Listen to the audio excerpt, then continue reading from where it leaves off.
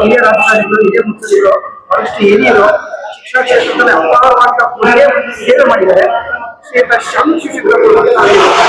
ಇವತ್ತು ಅವ್ರನ್ನ ಕಳ್ಕೊಂಡಿರೋಂಥದ್ದು ನಮ್ಮೆಲ್ಲರಿಗೂ ಕೂಡ ಅಖಿಲ ಭಾರತ ವೀರಶೈವ ಲಿಂಗಾಯತ ಮಹಾಸಭಾಗಲ್ಲ, ಇಡೀ ನಮ್ಮ ಒಂದು ರಾಜ್ಯಕ್ಕೆ ಹಿರಿಯ ಒಬ್ಬ ನಾಯಕರನ್ನ ಕಳ್ಕೊಂಡಂತ ಒಂದು ನಷ್ಟ ಆಗಿದೆ ಅಂತ ಹೇಳಕ್ ಬಯಸ್ತೀನಿ. ಅದರಲ್ಲಿ ವಿಶೇಷವಾಗಿ ವೀರಶೈವ ಲಿಂಗಾಯತ ಸಮಾಜವನ್ನು ಒಗ್ಗೂಡಿಸುವಲ್ಲಿ ಐಕ್ಯತಾ ಸಮಾವೇಶ ಮಾಡೋದ್ರ ಮೂಲಕ ಒಂದು ದೊಡ್ಡದಾದಂತ ಕ್ರಾಂತಿಯನ್ನ ಮೂಡಿಸಿದವರು. 95ನೇ ವಯಸ್ಸಲ್ಲೂ ಕೂಡ ಒಂದು ಬಹಳಷ್ಟು ಉತ್ಸಾಹದಿಂದ ಸಮಾಜವನ್ನ ಕಟ್ಟಬೇಕು ಅಂತೇಳಿ ಬಹಳಷ್ಟು ಉತ್ಸಾಹದಿಂದ ಒಂದು ಕೆಲಸವನ್ನ ಮಾಡಿದಂತವ್ರು.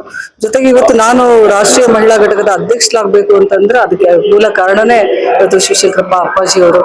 ಇವತ್ತು ಅವರ ಒಂದು ನೀನ್ ಆಗ್ಲೇಬೇಕು ಅಂತ ಹೇಳಿದಾಗ ಅವ್ರ ಮಾತನ್ನ ನಿರಾಕರಣೆ ಮಾಡ್ಲಿದ್ದೀನಿ. ಇವತ್ತು ಅಖಿಲ ಭಾರತ ವೀರಶೈವ ಲಿಂಗಾಯತ ಮಹಾಸಭಾದ ರಾಷ್ಟ್ರೀಯ ಅಧ್ಯಕ್ಷರಾಗಿ ಕೆಲಸ ಮಾಡ್ತಾ ಇದ್ದೀನಿ. ಅವ್ರು ಇನ್ನೂ ಒಂದಿಷ್ಟು ದಿವಸ ನಮ್ಮ ಜೊತೆಗೆ ಇರ್ಬೇಕಾಗಿತ್ತು ಶಕ್ತಿ ತುಂಬೋದಕ್ಕೆ. ಅದ್ರ ಜೊತೆಗೆ ಇವತ್ತು ವಿಶೇಷವಾಗಿ ಹೆಣ್ಣು ಮಕ್ಕಳ ಬಗ್ಗೆ ಬಹಳ ಕಾಳಜಿ ಅವರಿಗೆ, ಹೆಣ್ಣು ಮಕ್ಕಳಿಗೆ ಒಂದು ಶಕ್ತಿ ಆಗಿದ್ರು. ಇವತ್ತು ಕಳ್ಕೊಂಡಿರುವಂತದ್ದು ನಮ್ಮೆಲ್ಲರಿಗೂ ಕೂಡ ಬಹಳ ಒಂದು ದುಃಖದ ಸಂಗತಿ, ಜೊತೆಗೆ ಒಂದು ನಷ್ಟ ನಮ್ಮ ಸಮಾಜಕ್ಕೆ ಅಂತ ಬಯಸ್ತೀವಿ. ಒಂದೇ ವಿಷಯ, ಕೆಲವೊಂದು ಕಾರ್ಯಕ್ರಮಗಳಲ್ಲಿ ಹಣ ಕೊಟ್ಟು ಜನ ಬರಲ್ಲ. ಈ ಕಾರ್ಯಕ್ರಮದಲ್ಲಿ ಸಣ್ಣ ಮಕ್ಕಳಿಂದ ತುಂಬಾ ವಯಸ್ಸಾದವ್ರಿಗೆ ಈ ಪ್ರಿಮೈಸಸ್ ಫುಲ್ ಜನ ಇದ್ರು ಮೇಡಮ್. ಈ ಒಂದು ಜನಗಳು ಏನ್ ಹೇಳ್ತೀರಾ ಮೇಡಮ್? ಅವ್ರು ತೋರಿಸಿದಂತ ಪ್ರೀತಿ ಇದಕ್ಕೆ ಕಾರಣ ಅಂತ ಹೇಳಕ್ ಬಯಸ್ತೀನಿ. ಅವ್ರು ಸಣ್ಣವರು ದೊಡ್ಡವರು ಅಂತ ಯಾವುದೋ ಒಂದು ಭೇದ ಭಾವ ಮಾಡ್ಲಿಲ್ದಂಗೆ ಎಲ್ಲರಿಗೂ ಊಟದ ಸಮಯ ಆಗಿದ್ರೆ ಅವ್ರ ಜೊತೆ ಕುತ್ಕೊಂಡು ಊಟ ಮಾಡಿಸುವಂತದ್ದು, ಜೊತೆಗೆ ಅವ್ರ ಬಗ್ಗೆ ಕಾಳಜಿ ವಹಿಸುವಂತದ್ದು, ಅವ್ರನ್ನ ವಿಚಾರಿಸುವಂತದ್ದು, ಇವತ್ತು ಅವ್ರ ಬಗ್ಗೆ ವಿಶೇಷವಾದಂತ ಎಲ್ಲರ ಬಗ್ಗೆ ಇದ್ದಂತ ಕಾಳಜಿನೇ ಇವತ್ತು ಸಾಕ್ಷಿ ಇದಕ್ಕೆ ಅಂತ ಹೇಳಕ್ ಬಯಸ್ತೀನಿ. ಮುಂದೆ ಒಂದು ವಿಷಯ, ಮಾಜಿ ಮುಖ್ಯಮಂತ್ರಿಗಳಾದ ಬಸವರಾಜ ಬೊಮ್ಮಾಯಿ ಅವರು ಸಭೆ ಉದ್ದೇಶಿಸಿ ಏನ್ ಹೇಳಿದ್ರು, ಕೆಲವೊಂದು ಜನರಿಗೆ ಕೆಲವೊಂದು ವ್ಯಕ್ತಿಗಳಿಗೆ ಒಂದು ಲಕ್ಷಗಳು ಕೋಟಿ ತಲೆ ತೀರಿಸಕ್ಕೆ ಮನಸ್ಸು ಚಂಚಲ ಆಗಿದ್ರು. ಶ್ಯಾಮನೂರು ಶಿವಶಂಕರಪ್ಪ ಇಷ್ಟೆಲ್ಲ ಕೋಟಿ ಆಸ್ತಿ ಅಂತ ಸರಳವಾಗಿ ಜೀವನ ಮಾಡಿ ಸಂಪೂರ್ಣವಾಗಿ ಒಳ್ಳೆ ಹೆಸರು ಮಾಡಿ ಹೋದ್ರಲ್ಲ, ಅದ್ರ ಬಗ್ಗೆ ನಾವ್ ಹೇಳ್ತೀವಿ. ಖಂಡಿತವಾಗ್ಲೂ ನಾನು ಕೂಡ ದಾವಣಗೆರೆಯೊಳಗಿರೋದ್ರಿಂದ ನಮ್ಮ ಅಜ್ಜವರು ಅವರು ಒಟ್ಟಿಗೆ ಒಂದು ವ್ಯಾಪಾರವನ್ನ ಮಾಡ್ತಾ ಇದ್ರು. ಅವಾಗಿಂದ ನೋಡ್ತಾ ಇದೀವಿ. ನಮ್ಮ ತಂದೆಯವರು ಸಾಕಷ್ಟು ಅವ್ರ ಬಗ್ಗೆ ಹೇಳ್ತಾ ಇದ್ರು. ನಮ್ಮ ತಂದೆಯವ್ರ ಜೊತೆಗಿರೋ ಒಡನಾಟ ಆಗಿರ್ಬೋದು. ಅವ್ರ ಯಾವತ್ತೂ ಕೂಡ ಸರಳ ಜೀವಿಗಳು, ಬಹಳ ಕಷ್ಟದಿಂದ ಬಂದಂತವ್ರು ಅವರು.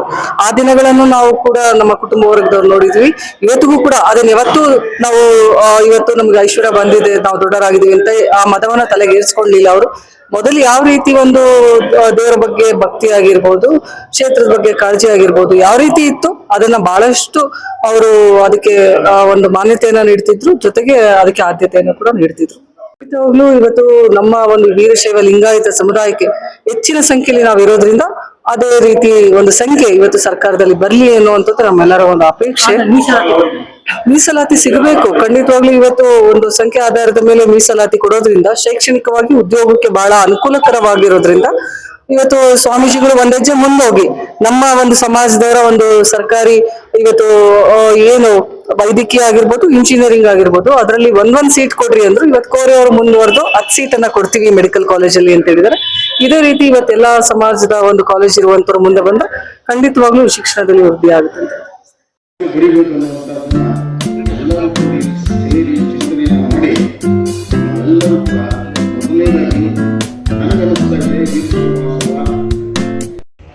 ಶ್ಯಾಮನೂರು ಶಿವಶಂಕರಪ್ಪ ಇಲ್ದಿರುವಂತಹ ಸಂದರ್ಭದಲ್ಲಿ ಅಖಿಲ ಭಾರತ ವೀರಶೈವ ಲಿಂಗಾಯತ ಮಹಾಸಭಾ ಬಹಳ ದೊಡ್ಡ ಮಾಡಿಬಿಟ್ರಿ.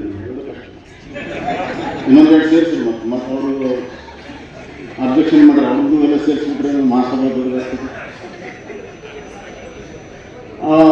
ಇದನ್ನ ಹೆಂಗೆ ನಡೆಸ್ಕೊಂಡು ಹೋಗ್ತೇವೆ ಅನ್ನುವಂಥದ್ದು ನಮ್ಮ ಮೇಲೆ ನಾನು ಹಿಡ್ಕೊಂಡು ನಮ್ಮ ಮೇಲೆ ಭಾಳ ದೊಡ್ಡ ಜವಾಬ್ದಾರಿ ಇದೆ. ವಿಶೇಷವಾಗಿ ಖಂಡ್ರೆಯವ್ರ ಮೇಲೆ ಭಾಳ ದೊಡ್ಡ ಜವಾಬ್ದಾರಿ ಇದೆ. ಅದನ್ನು ಅವರು ಅತ್ಯಂತ ಯಶಸ್ವಿ ಮಾಡ್ತಾರೆ ಅಂತ ವಿಶ್ವಾಸವೂ ಕೂಡ ನನಗೆ. ಯಾಕಂದ್ರೆ ನಾನು ಸುಮ್ಮನೆ ಯಾರನ್ನೂ ಒಪ್ಕೊಳ್ಳೋ ಮನುಷ್ಯ ಅಲ್ಲ. ಒಂದೆರಡು ವಿಚಾರದಲ್ಲಿ ಅವ್ರನ್ನ ಟೆಸ್ಟ್ ಮಾಡಿದ್ದೀನಿ. ಭಾಳ ಸಹನೆಯಿಂದ ಎಲ್ಲ ವಿಚಾರವನ್ನು ಕೇಳ್ಕೊಂಡು ಹೆಜ್ಜೆಯನ್ನು ಮುಂದಿಟ್ಟಾರೆ. ಅದನ್ನು ಮುಂದುವರ್ಸಿದ್ರೆ ಸಾಕು. ನಮ್ಮ ಮಕ್ಕಳಿಗೆ ಭಾಳ ದೊಡ್ಡ ಸಮಾಜ ಇದೆ, ಅದ ಸಮಸ್ಯೆ ಇರೋದು. ಭಾಳ ದೊಡ್ಡ ಸಮಾಜ, ಭಾಳ ದೊಡ್ಡ ಜನ, ಭಾಳ ಬುದ್ಧಿವಂತರು, ಭಾಳಷ್ಟು ಬುದ್ಧಿವಂತರು ಒಂದು ಕಡೆ ಕೂಡಿದ್ರೆ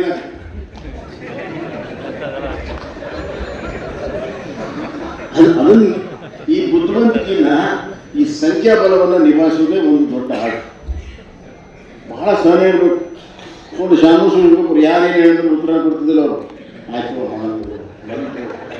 ಮೀಟಿಂಗ್ನ ಹೇಳಿದನಪ್ಪ ಅವನಿಗೆ ಈಶ್ವರ್ ಹೇಳಿದ್ದೀನಿ